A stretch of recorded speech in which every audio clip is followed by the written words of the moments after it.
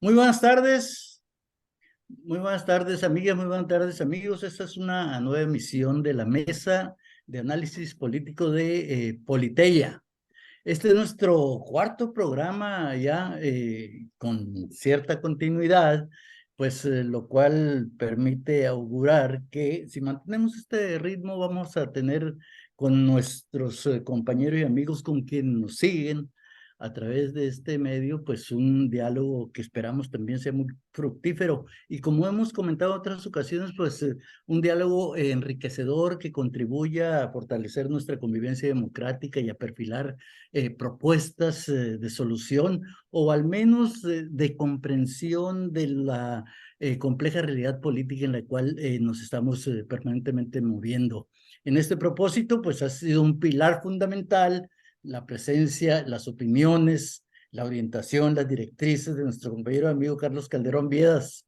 Carlos Calderón Viedas, muy buenas tardes. Buenas tardes, Velázquez. Y también pues ha sido importante el apoyo y el respaldo que hemos tenido de nuestro compañero Arturo López Flores, uno de los pilares de esta mesa de análisis que estamos esperando pueda incorporarse pronto a este espacio. Por lo pronto, de manera inmediata, pues empezaremos esta conversación que tenemos cada martes y cada jueves, 2 veces a la semana con ustedes, para señalarles, para decirles, en esta ocasión vamos a abordar al menos 2 temas.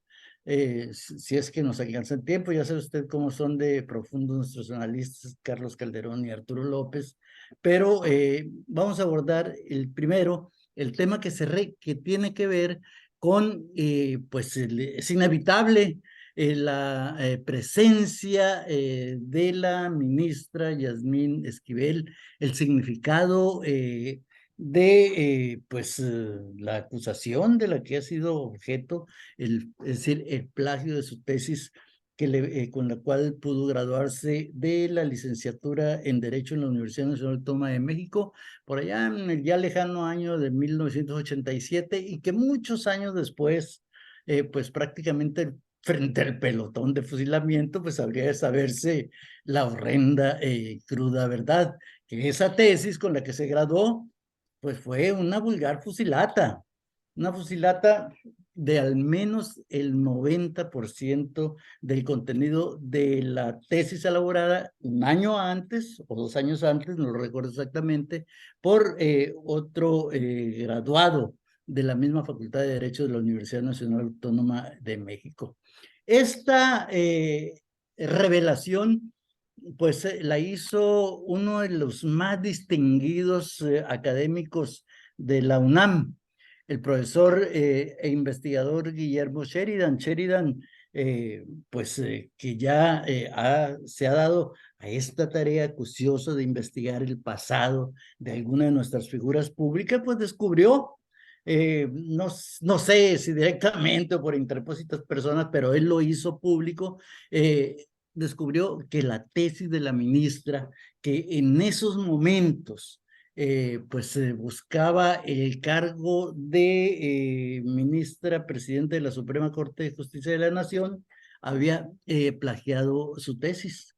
Y es inevitable que en el caso de una figura pública, como es la ministra Yasmín Esquivel, es inevitable que el asunto se airee, que el asunto se conozca, que la opinión pública tenga los elementos suficientes de juicio para normar su criterio y decir, bueno, la investigación acuciosa que hizo Guillermo Sheridan, pues es una investigación seria, muy responsable, y ha habido en estos días, pues de todo, defensas apasionadas, las menos, muy pocas, junto con el presidente, no sé, la verdad, quién es más, ya nos lo explicará de su momento nuestro compañero Carlos Calderón, pero ha habido un reclamo casi unánime de la opinión pública y de la opinión publicada contra esta conducta que dice, por cierto, Sheridan hoy en su artículo en el Universal, es la forma más baja de corrupción, el plagio académico, porque no solamente se suplanta a una persona al copiar su trabajo académico, sino que se roban sus ideas, el producto de su trabajo y de su esfuerzo intelectual. Y eso parece ser que es lo que ha estado pasando en el caso que se ha denunciado y que hoy desafortunadamente pues ocupa muchos espacios del debate público, de nuestra vida pública en general. Este será el primer tema que abordaremos y el segundo tema pues tiene que ver con una declaración que formuló el Consejo Estatal de Seguridad Pública de Sinaloa a propósito de los acontecimientos del Jueves Negro, es decir, a propósito de los acontecimientos del jueves 5 de enero, eh, llamado también el Culiacanazo 2.0.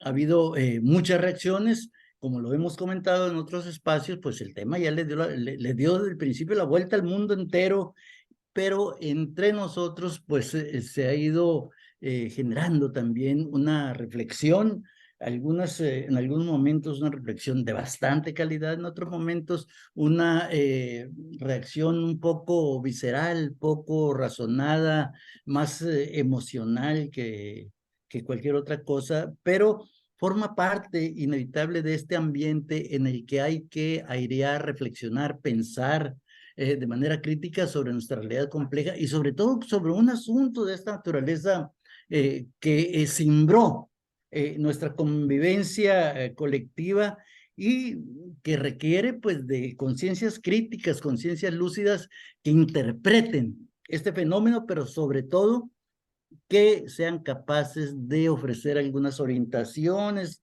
así sean de carácter general, para recuperar la armonía, la estabilidad, la paz social, que son bienes básicos a los que todos tenemos derecho.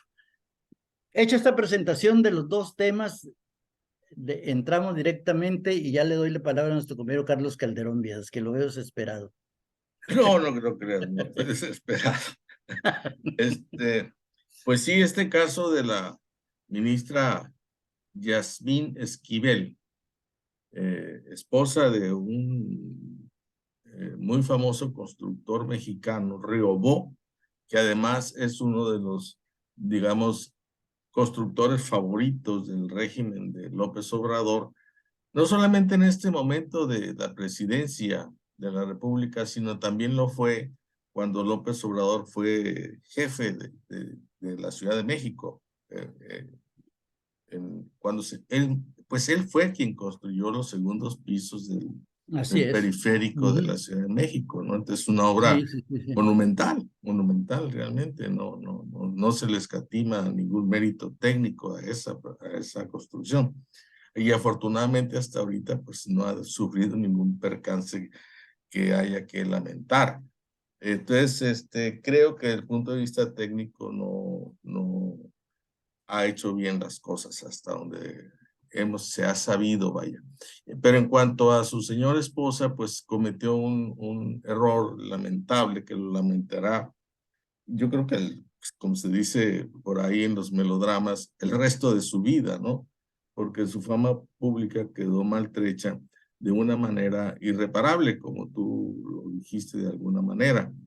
Y sí, porque en el medio académico no hay bochorno más grave o vergüenza que se pueda, o fechoría que se pueda cometer, que robarle, que plagiar sus tesis, o bien incluso, bueno, yo ponía de ejemplo alguna vez que tocamos este tema, que hasta cuando estás haciendo un examen en alguna aula, si te ve el maestro que estás copiando, pues te llama la atención.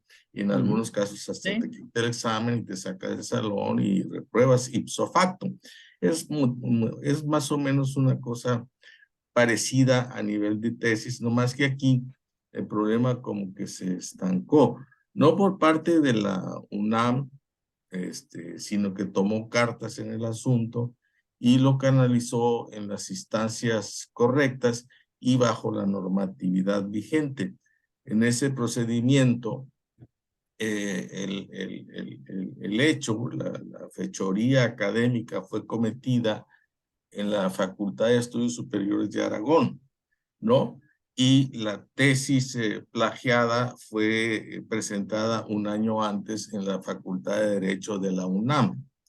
La coincidencia en que Sí, sí, ambos claro. vagones académicos se hayan conectado y no desconectado hasta ahorita, bueno, ya se desconectaron, ¿no? Como en el caso del Metro de la Ciudad de México, es que había ahí la misma directora de tesis del abogado que inició originalmente con ese tema, es la misma directora de la que participó en la tesis plagiada.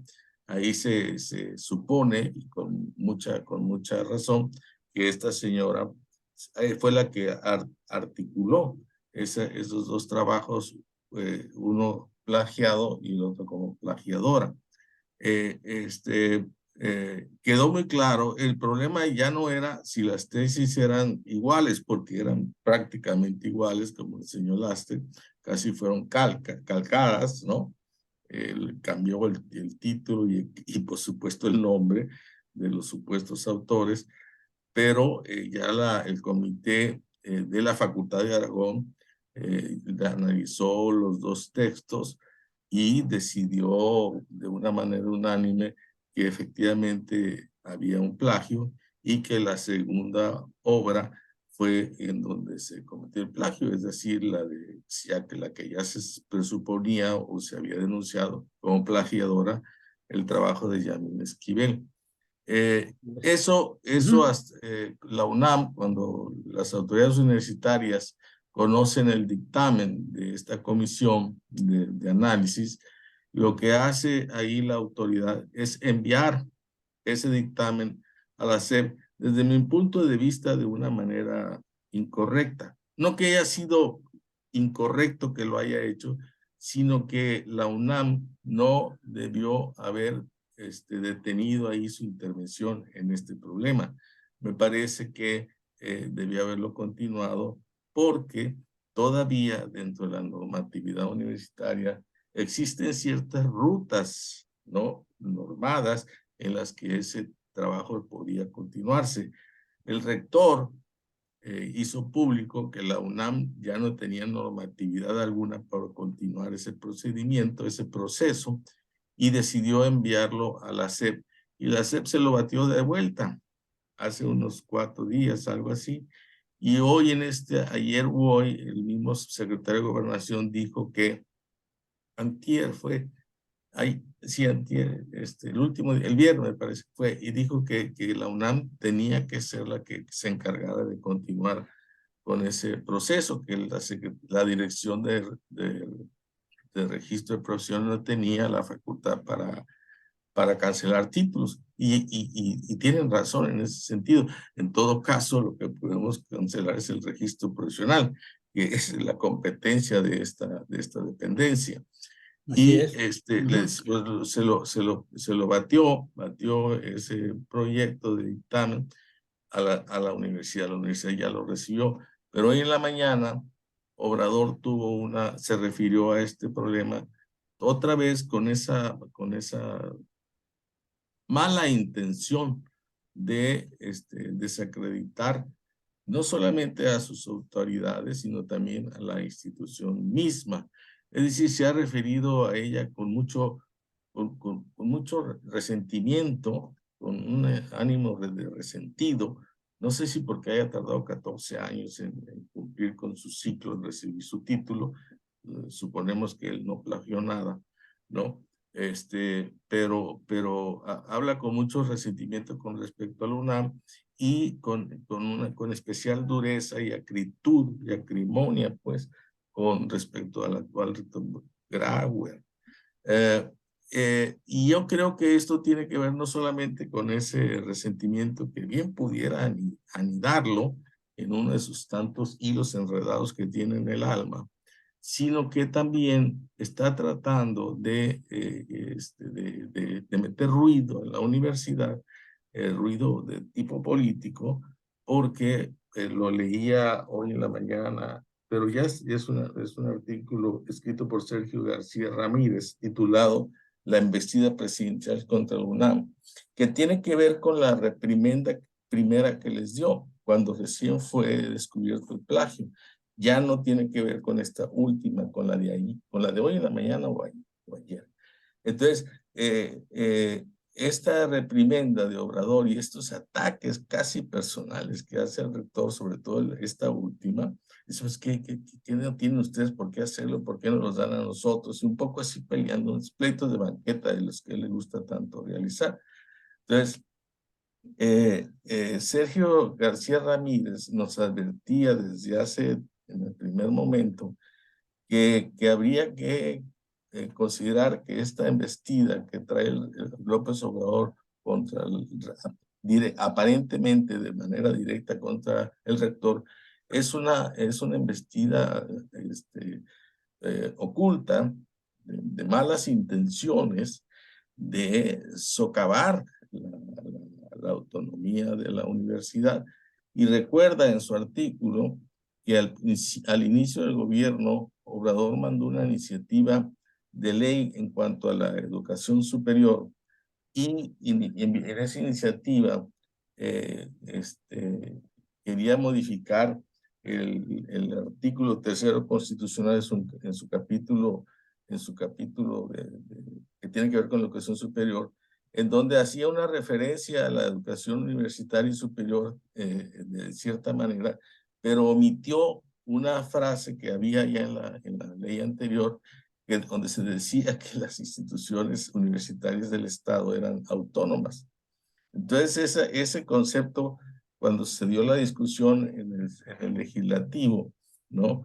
Estoy hablando del primer trienio de Obrador, se les recordó que por qué quitaban ese concepto primordial de la autonomía universitaria, un concepto primordial y además histórico, ¿no? Recordemos, fue Justo Sierra quien le concedió la autonomía a la UNAM, Así ¿no? es. En el 29. 29 del siglo pasado. Así Entonces, es.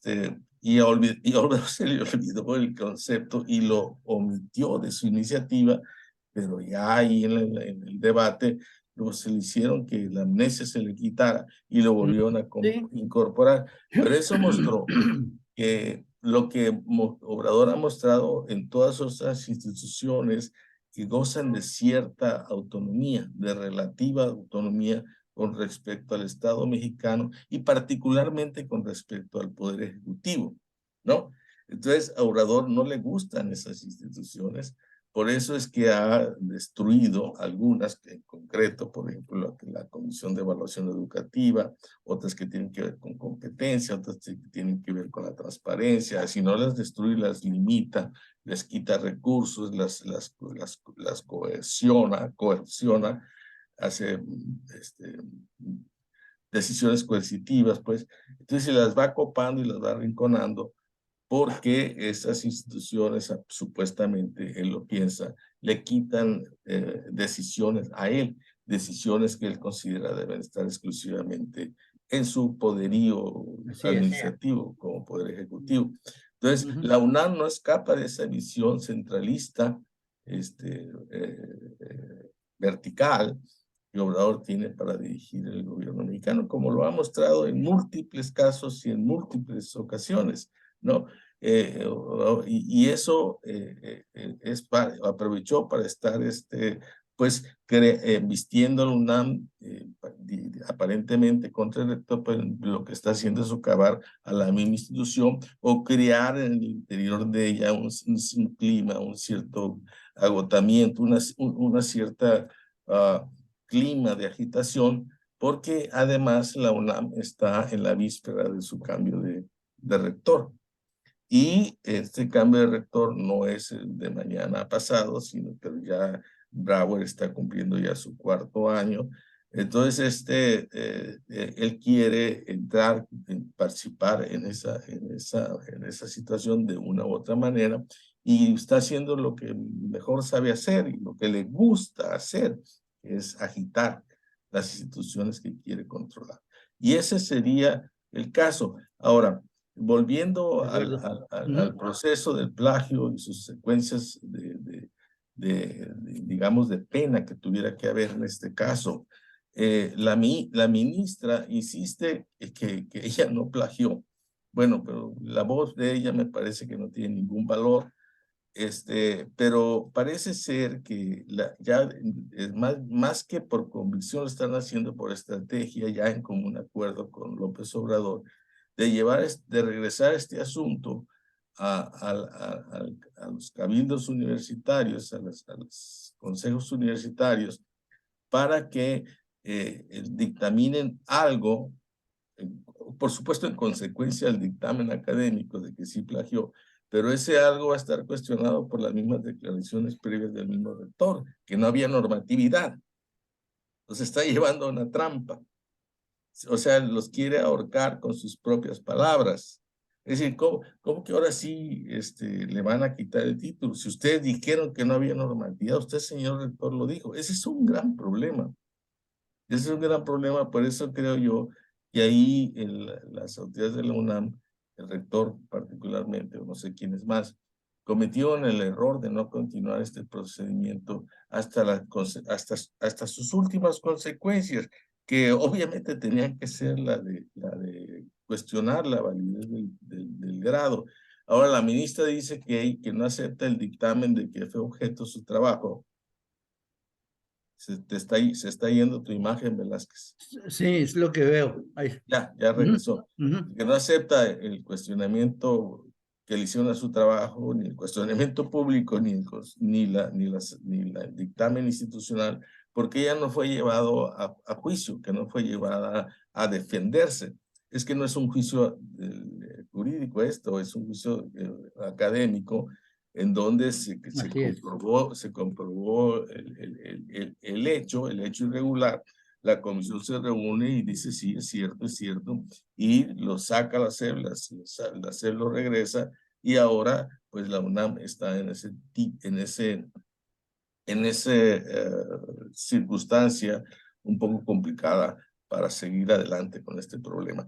El problema puede podrirse, ¿no?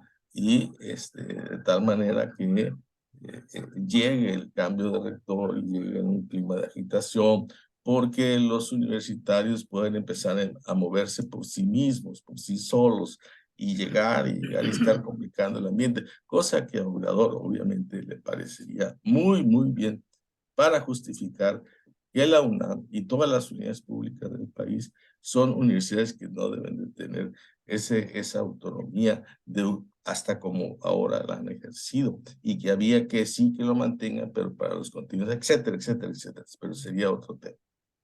Velázquez, es todo. Sí, sí, para mí es evidente que la ministra, Yasmín Esquivel, ha emprendido lo que podemos definir como una fuga hacia adelante, ¿no?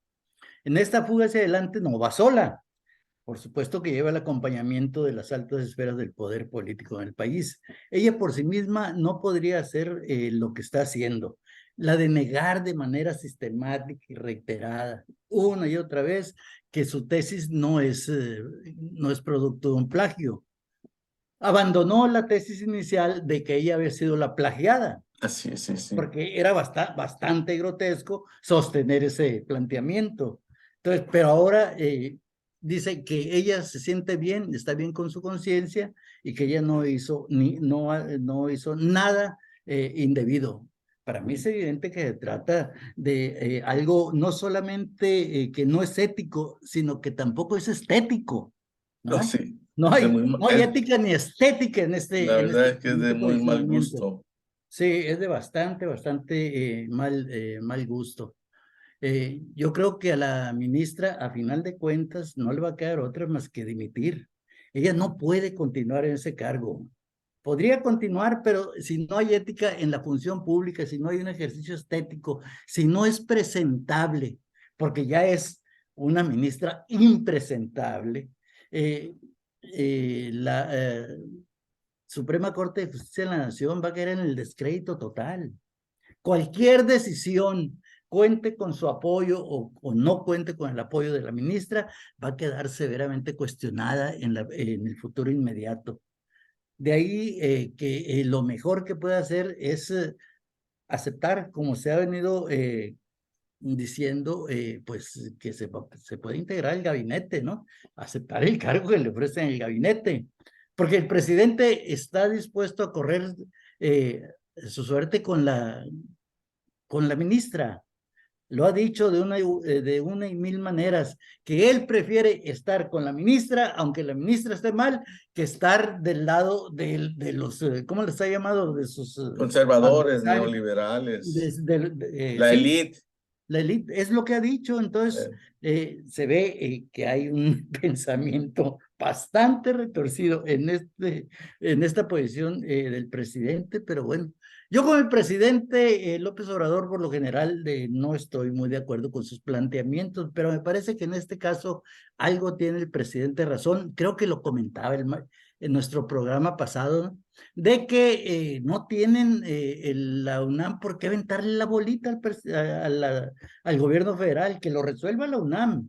Es muy probable, como tú lo señalas, que ellos debieron haber continuado el proceso hasta llegar a una posición de Final. consenso, digamos, en el ámbito académico, ¿no?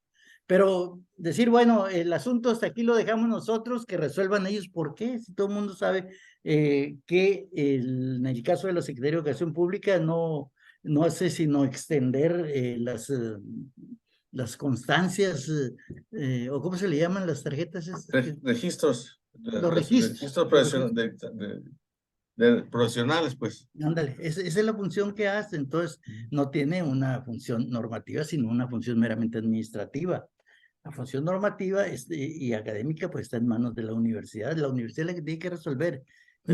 Si no hay mecanismos para sancionarla, para cancelarle el título, bueno, pues que se diga claramente que no se tiene, y que en función de los casos que se empiezan a presentar o que ya se han presentado otros, pues habrá necesidad de legislar y cancelarlos si es necesario cancelarlos, ¿no? Pero así tirar la bolita, porque a mí sí me parece que en este caso le está tirando la bolita al gobierno federal, no es el camino más conducente. Claro que tampoco puedo estar de acuerdo en el estilo, en ese talante del presidente contra la Universidad Nacional. La Universidad Nacional, como quiera que nos la pongan, es la máxima institución de estudios superiores en el país. Ha sido cuna de la formación de cientos de miles de profesionales, en los cuales se ha descansado la tarea de construir desde el campo de la ciencia y de la técnica este país que ahora tenemos, ¿sí? Junto con, por supuesto, con el resto de universidades públicas y también de las universidades privadas del país.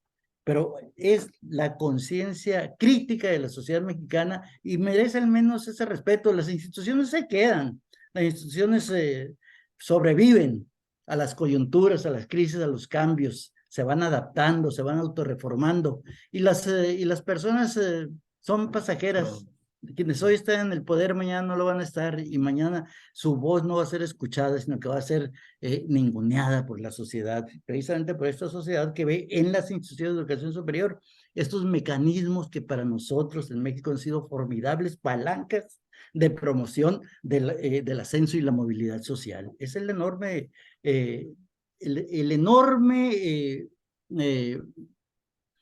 ¿cómo decirlo? La gran figura que ha representado para muchos la Universidad Nacional y en general la universidad pública. Yo creo que las universidades son eso, lo hemos comentado, son instituciones del Estado y son instituciones de la nación. Y por ese simple hecho de ser instituciones del Estado e instituciones de la nación, merecen el respeto. Es la más importante de las instituciones de nuestra superestructura. Y tenemos que preservarlas, así sean centros para la reproducción del saber y de la ideología dominante, ¿no? Como es el discurso bastante manoseado desde hace muchos años. Carlos Calderón. Mira, yo pienso que esta situación del caso Yasmín le cayó a Obrador como anillo al dedo.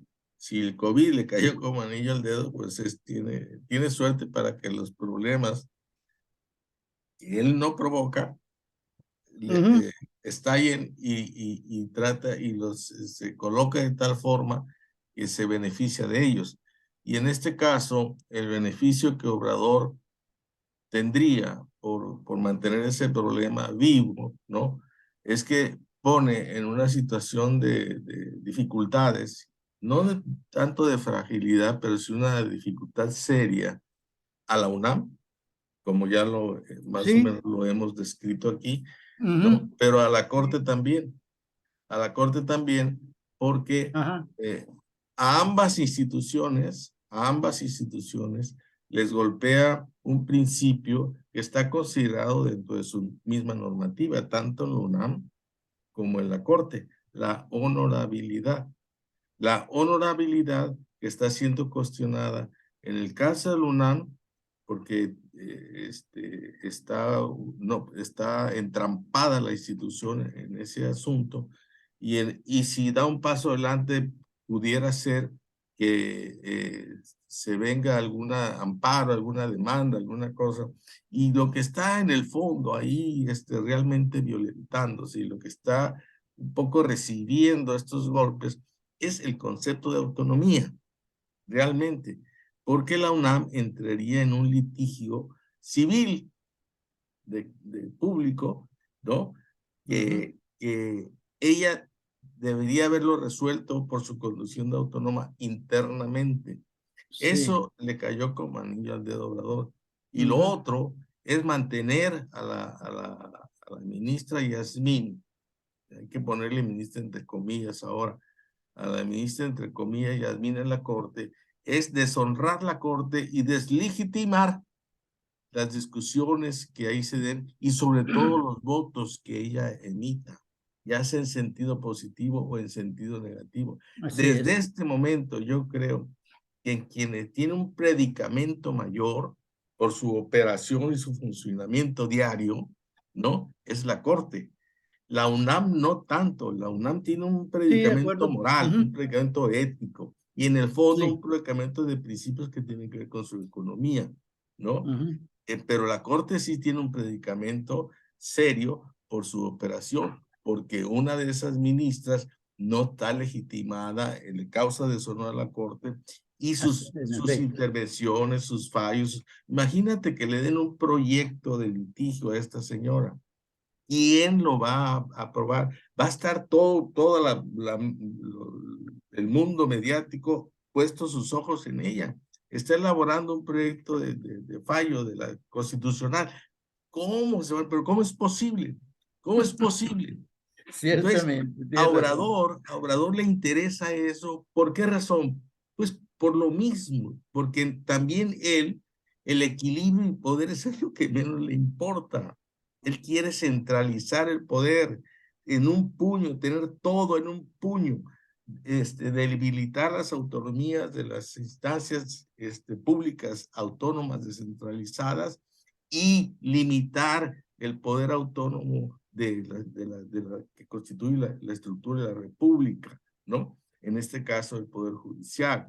¿Y qué eso qué le va a permitir en concreto, en concretito, como decíamos al 68? Le va a permitir que estas reformas, el plan B famoso de la reforma electoral, Ujú. pues él tenga una apuesta muy fuerte que difícilmente la van a poder vencer. O sea, va a negociar o va a tener cómo incidir para que las decisiones no se las declaren inconstitucionales. Y Ujú. acordémonos que para que la Corte no pueda declare inconstitucional una ley que está cuestionada en ese aspecto, necesita al menos 8 votos. Esos 8 votos, Obrador no cuenta con ellos. Tiene 4 en la buchaca. Desde luego en esos 4 votos está Yasmín Esquivel. 8 votos porque son 2/3 partes Porque serían las 2/3 de 11 del tribunal. del tribunal, de la Ujú. corte, sí. Sí, de la corte. Entonces, esa situación a Obrador le conviene en esos términos y también le conviene tener a la autonomía atravesada por un litigio de este tipo ahora que viene el cambio de rector. Y en la Entonces, coyuntura del en la cambio de coyuntura del cambio rector, de rector, o sea, como sí. anillo al dedo, está feliz de la Sí. vida el viejito. Ujú.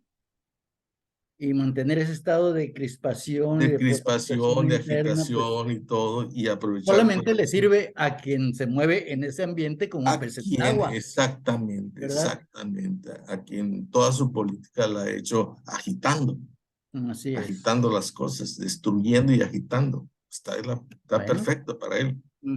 así es. Bueno, lo dejamos el tema ahí a sabiendas de que es un tema que va a seguir Va a abierto y va a seguir. seguir abierto varios días, ¿eh? Sí, sí, sí. Va a seguir abierto varios días. Ojalá y se llegue a una solución pronta, definitiva, no para echarle tierra al asunto, sino para evitar que ese clima de crispación y de agitación también haga presa a la propia institución de educación superior. Pasamos al asunto más local, ¿no? Sí. En el asunto más local, decía yo que íbamos a tratar de reflexionar sobre esta Oye, declaración. Velázquez, en Sí, este tema tú eres el ministro ponente, ¿no? yo soy el ministro ponente, bueno, no voy a salir a sacar después algún plagio, mejor tú. Decía, decía que en este tema, que es el posicionamiento del Consejo Estatal de Seguridad Pública, a propósito de los acontecimientos del 5 de enero, Jueves Negro o Culiacanazo 2.0, pues formaba parte de este conjunto de reflexiones que se están produciendo en nuestro medio, en nuestro ambiente, tratando de interpretar este fenómeno de la violencia que por momentos parece abrazarnos a todos. Eh, ya sabemos que nuestra sociedad civil no es una sociedad civil muy fuerte, que además pues ha estado sometida en estos años recientes a muy fuertes embates del poder que han tratado de subsumir la riqueza de nuestra pluralidad política y social en una categoría abstracta y muchas veces evanescente como es la de pueblo, de la cual y a partir de la cual pues se ha hecho esta división maniquea entre pueblo bueno y pueblo malo, o pueblo bueno y la mafia del poder, conservadores, fifís, etcétera, etcétera. Eh, Sin embargo, pues sigue existiendo una sociedad civil que con todo y en medio de diversas dificultades ha estado presente en nuestra vida pública en los tiempos recientes. Este Consejo Estatal de Seguridad Pública, pues es una de esas expresiones de la sociedad civil y es un órgano plural en el que están representadas instituciones empresariales, instituciones educativas y diversas instancias de la sociedad civil. Estas diversas representaciones o esta pluralidad de voces que se expresa en el Consejo Estatal de Seguridad Pública, pues emitió el fin de semana, me parece que fue el viernes de la semana pasada, un comunicado cuyas partes medulares me voy a permitir recordar aquí en este momento con todos ustedes. Me parece que es un documento muy valioso. Me parece que es un documento muy valioso al que hay que poner bastante atención, porque digamos que de las pocas voces que encontramos más o menos articuladas en un ambiente como el nuestro sobre un acontecimiento crucial de nuestra vida colectiva, de nuestra vida pública. Voy a leer algunas partes medulares del documento. Dice, la Coordinación General del Consejo Estatal de Seguridad Pública tiene una conformación ciudadana y cuenta con participación plural. En ella confluyen voces e ideas representativas de cámaras empresariales, colegios de profesionistas, academia y organizaciones de la sociedad civil. Dice además el documento que en esa responsabilidad que tienen como Consejo Ciudadano, pues quieren expresar públicamente las demandas y la autocrítica por los hechos que sembraron a Sinaloa el 5 de enero, pero también por las causas que hacen posible que la tranquilidad se rompa de esa manera. Entonces, en consecuencia, piden piden en esta declaración del Consejo al gobierno de México que, si bien son importantes las capturas de líderes del crimen organizado, pues exigen que se desmantele las estructuras financieras y políticas, así como el libre e ilegal flujo de armamento. También piden a la Comisión Nacional de los Derechos Humanos, que al ser la instancia competente para salvaguardar los derechos fundamentales, y que a la fecha no ha actuado sobre las vejaciones de las cuales fueron víctimas los culiacanenses, pues les piden que actúen y que se conviertan en eso, en una instancia realmente competente para salvaguardar derechos fundamentales. Al gobierno de Sinaloa le piden que eficientice, un verbo que a mí no me gusta para nada, pero bueno, que eficientice puntualmente sus procesos de comunicación útil en casos de enfrentamiento. Ciertamente, si algo no hubo en las horas más álgidas del enfrentamiento, de los choques, orientación institucional para la población, sino que pues la mayor parte de las instancias gubernamentales que deberían haber estado informando y orientando a la ciudadanía estuvieron ausentes, y eso pues ha sido criticado por todo el mundo. Entonces dice que pide este Consejo Ciudadano que se eficienticen los procesos de comunicación útil en casos de enfrentamientos, y el Ejecutivo Estatal no debe dejar vacíos de información que solo generen incertidumbre y permitan el espacio para noticias falsas, como ocurrió el 5 de enero y como ocurrió también en octubre de 2019, cuando se produjo el primer culiacanazo. También piden a la Fiscalía General del Estado que cree una mesa especial del Ministerio Público para que se atienda de manera pronta y expedita a las víctimas del 5 de enero, y también para el seguimiento puntual hasta que cada uno de los casos haya quedado resuelto o concluido. Al gobierno de Culiacán, al gobierno municipal, le piden que investigue la labor de la Secretaría de Seguridad Pública Municipal durante esos acontecimientos, dado el consenso, dicen, entre la ciudadanía que advierte que no hizo acto de presencia, lo que quedó de manifiesto con la serie de saqueos registrados. Y a los diputados, a los integrantes de la 64 legislatura estatal, les pide lo siguiente: que despierten y actúen. Su participación tras los acontecimientos del jueves 5 de enero ha sido pasiva, dice el documento, y como representantes de los sinaloenses les exigimos liderazgo. Su posición es la indicada para lanzar una gran convocatoria pública para corregir la situación de inseguridad en Sinaloa, dejando de lado las agendas partidistas. Y a todos los sinaloenses, a los hombres y mujeres de Sinaloa, les pide este consejo lo siguiente: hagamos autocrítica y pongamos nuestra parte. Tenemos que vivir una democracia que respeta el Estado de Derecho y la convivencia con las demás personas, en la familia, en la colonia, en el trabajo, en la calle y en todos los espacios públicos donde interactuamos con otras personas. Estas son partes fundamentales, medulares de este posicionamiento del Consejo Estatal de Seguridad Pública. Si ustedes se dieron cuenta, también pues va dirigido a los diputados y a las diputadas sinaloenses. Entonces, fíjense ustedes, el documento es un documento mesurado, no es un documento tirapiedras o que busca la confrontación, no, al contrario, busca hacer un aporte a la deliberación y a la reflexión colectiva para encontrar cauces civilizados por donde todos podamos transitar y restablecer la armonía, la paz y la tranquilidad en Sinaloa, en Culiacán, en todo nuestro sistema de ciudades, en los barrios, en nuestras colonias, etcétera, etcétera. Bueno, parece que hubo dos reacciones muy claramente diferenciadas con relación a este documento.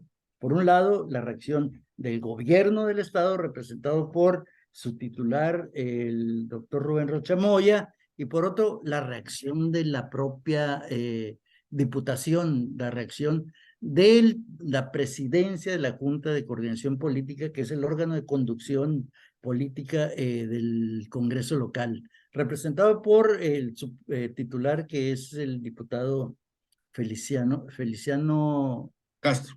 Castro. Ayer tuve oportunidad yo de estar en la semanera, esta conferencia de prensa que cada lunes ofrece el gobernador, y a la pregunta de uno de los compañeros periodistas sobre su opinión respecto al desplegado del documento de la Comisión del Consejo Estatal de Seguridad Pública, el gobernador respondió en un tono mesurado. Dijo, bueno, que era una posición que ahí estaba formulada de manera pública y que él estaba en la mejor disposición de atenderla, de atender ese reclamo y esa crítica que se le hace al gobierno, en el sentido de que en los momentos duros de choque y de confrontación no había información que orientara a la población. La población se vio sometida durante esas horas del choque, las horas iniciales de la confrontación, de la quema de vehículos, en la confusión, el caos y la incertidumbre.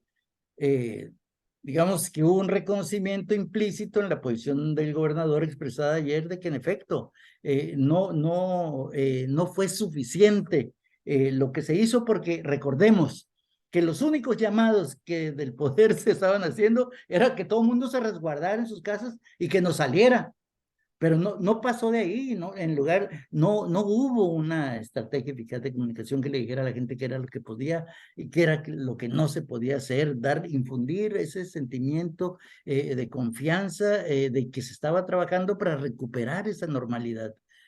El gobernador lo asumió con buen talante este comentario por la respuesta que dio a la periodista, pero donde no ocurrió lo mismo fue en el caso del diputado Feliciano Castro. El diputado Feliciano Castro dijo que el titular de este Consejo Estatal, creo que responde al nombre de Miguel Calderón, no estoy muy seguro, pero creo que es él, dijo que el titular debería tomar un curso de alfabetización sobre políticas de Estado. Esa fue la respuesta del diputado. Exactamente qué es lo que quiso decir, quién sabe, pero evidentemente la expresión de ignorante no lo bajó, ¿no? Si dijo que debía tomar un curso de alfabetización sobre políticas de Estado. Bueno, esa falta de sentido autocrítico y sobre todo en la representación popular, pues es muy, al juicio mío, es bastante lamentable. Y yo sí creo que un documento de esta naturaleza debería ser motivo de inquietud y de preocupación de todos los sectores a los cuales va dirigido y de todos y cada uno de los ciudadanos. Ciertamente órganos como normalmente son poco operativos y poco eficientes, pero en este caso, y por tratarse de un asunto de gravedad extrema que pone en peligro el disfrute de un bien básico como es el de la seguridad, la paz y la armonía entre nosotros, pues ahí se sobredimensione. Yo creo que lo que hizo el Consejo Estatal de Seguridad es correcto. A mí me parece un buen documento y una buena propuesta. Me parece que tenemos órganos de la sociedad civil, organismos de la sociedad civil que son cuerpos intermedios de poder, según los define también uno de los grandes pensadores políticos, debe ser fortalecida. Ojalá y tengamos muchas más expresiones de esta naturaleza. Faltarían las voces, por ejemplo, de los colegios de profesionistas, ¿no? Que también forman parte están representados en este Consejo Estatal de Seguridad, de entidades culturales. Yo no sé si nuestra universidad, la UAS, ha hecho algún posicionamiento a este respecto, pero la universidad como expresión y conciencia crítica de nuestra vida colectiva debería tener una posición bastante clara alrededor de este tema que pone en riesgo, insisto, el disfrute de ese bien básico como es el de la seguridad. Carlos Calderón. Mira, La verdad es que tengo una impresión de que este documento es un listado de deseos y Ujú. y de ciertas críticas. Yo no entendí, por ejemplo, a qué se refiere con autocrítica. Autocrítica es una crítica a uno mismo. ¿Quién es ese mismo en este caso? ¿Quién es? ¿Quién es? Los que firman, los abajo firmantes o a los que van dirigidos? Ujú. O sea, creo Sí. que está mal empleado el término y confunde. Por lo menos a mí me confunde. Es como como un correo enviado a múltiples destinos, ¿no? Empieza con lo al gobierno de México, tú ya lo leíste, y, y le pide que desmantele sus estructuras financieras y políticas. Ajá, sí. ¿Qué quiere decir financieras y políticas? Quiere decir mucho y en Sinaloa demasiado, en ambos aspectos. En lo financiero, como no lo sabemos, pero nos damos cuenta, y en lo político, como no sabemos, pero nos damos cuenta. Entonces, documento recorre una serie de destinatarios en ese mismo tenor, ¿no? En ese mismo tenor pasa todos los niveles de gobierno, todos, no le faltó uno, excepto a quien fue el actor más importante de ese 5 de enero, al ejército. Desde el gobierno mexicano hasta los municipios. Pero el ejército no le pide nada, ni le critica nada, ni le dice absolutamente nada. Nada más dice, sí es importante capturar líderes, sí, sí es importante. Ujú. Y qué bien que les den prioridad presupuestal, ¿no? Pero hasta ahí, no hace ninguna referencia concreta. Y precisamente gran parte de los señalamientos que hace al resto de los niveles de gobierno, desde el gobierno estatal hacia los municipales, tiene que ver con al actor que fue omitido, porque Ujú. fueron ellos los que llevaron a cabo todo el aspecto operativo y mediático de este asunto, y mediático, porque a las 12 del día, media mañana, el general secretario estaba diciendo lo que aquí había ocurrido, Sí. ¿no? Y todo lo que aquí les demanda a los demás, pues no podían estar más que ausentes, porque fueron ausentados. Pero yo lo veo de alguna manera, como tú lo señalas, como una puntualización de los problemas que son tema de una deliberación pública. Todos sin excepción, son Sí. temas de una Ujú. deliberación. Pero me parece que fueron omisos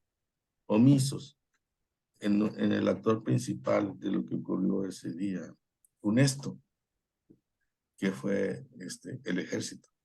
Y creo que el ejército también debe de ser ventilado públicamente, no tanto antes de los operativos, sino después de los operativos, me parece. Sí, recordemos que durante muchísimos años Eh, el tema del ejército fue tabú, ¿no? Fue tabú y hasta ahorita sigue más o menos manteniéndose ese principio de la Ujú. secrecía a toda costa, Así pero es. sucede que después de estos hackeos que le acaban de hacer, Ya ese tabú pues ya quedó vuelto, fue hecho saltó añicos, icónico por los aires. quedó hecho Ya se añicos. conoce el Entonces, triperío entonces la ciudadanía, la de las opinión Fuerzas Armadas, pública sí. informada, Ujú. tenemos derecho a lo que pasa después de los operativos. Claro, Sí.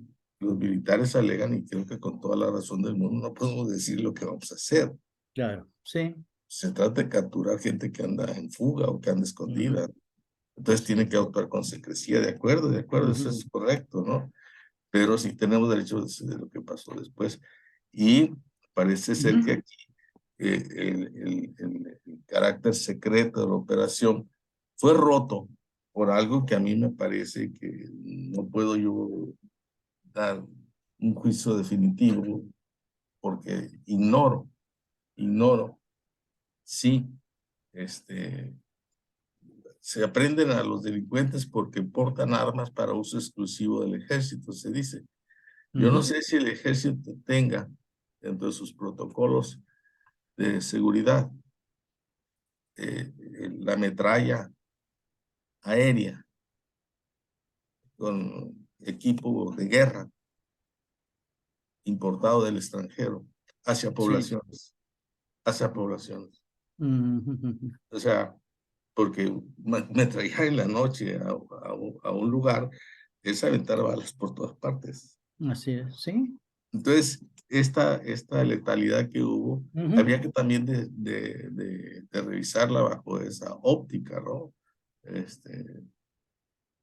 Hay además ahí un detalle que está ahí pendiente de aclaración. A mí realmente no me importa la aclaración, ¿no? Si a este joven que aprendieron ese día, lo tomaron porque se toparon con un convoy o lo sacaron de su casa a punta de balazos. No sé, no quedó claro ya, no quedó claro. Si no lo quieren aclarar, pues no lo Se aclaren. borró el tema. Se borró el tema, que no lo aclaren Así y es. listo, ¿no? Pero yo Sí. creo que este documento sí debería ser como un guión de liberación, como temas que hay que tener presentes Así y es. que Yo creo que sí. tocan mucho de nuestra vida cotidiana, de varios sectores de esta entidad. Los toca, como tú dijiste, de manera mesurada, pero los toca, Sí. porque esto, lo vuelvo a decir, las estructuras financieras y políticas, bueno, en las elecciones de 2021 se habló mucho de las narcoselecciones. Entonces, te metes en un sitio que es un poco de tierras movedizas, ¿no? Así es. Y las estructuras financieras, bueno, no lo sabemos, lo repito, pero nos damos cuenta. Entonces, Sí. creo que todo lo que tenga que ver con las Fuerzas Armadas ilegales o legales son temas muy delicados, son temas difíciles de tratar abiertamente, Así es. sobre todo para los ciudadanos. Bueno.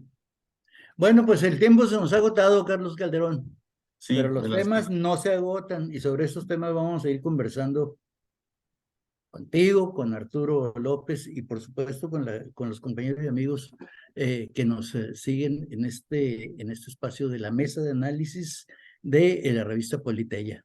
Pues nos despedimos, hasta luego, Nos Carlos vemos, Calderón, pues, nos muchas vemos gracias y buenas el próximo noches. jueves. Próximo jueves. Nos Hasta vemos el luego. próximo jueves, hasta luego. Muchas gracias.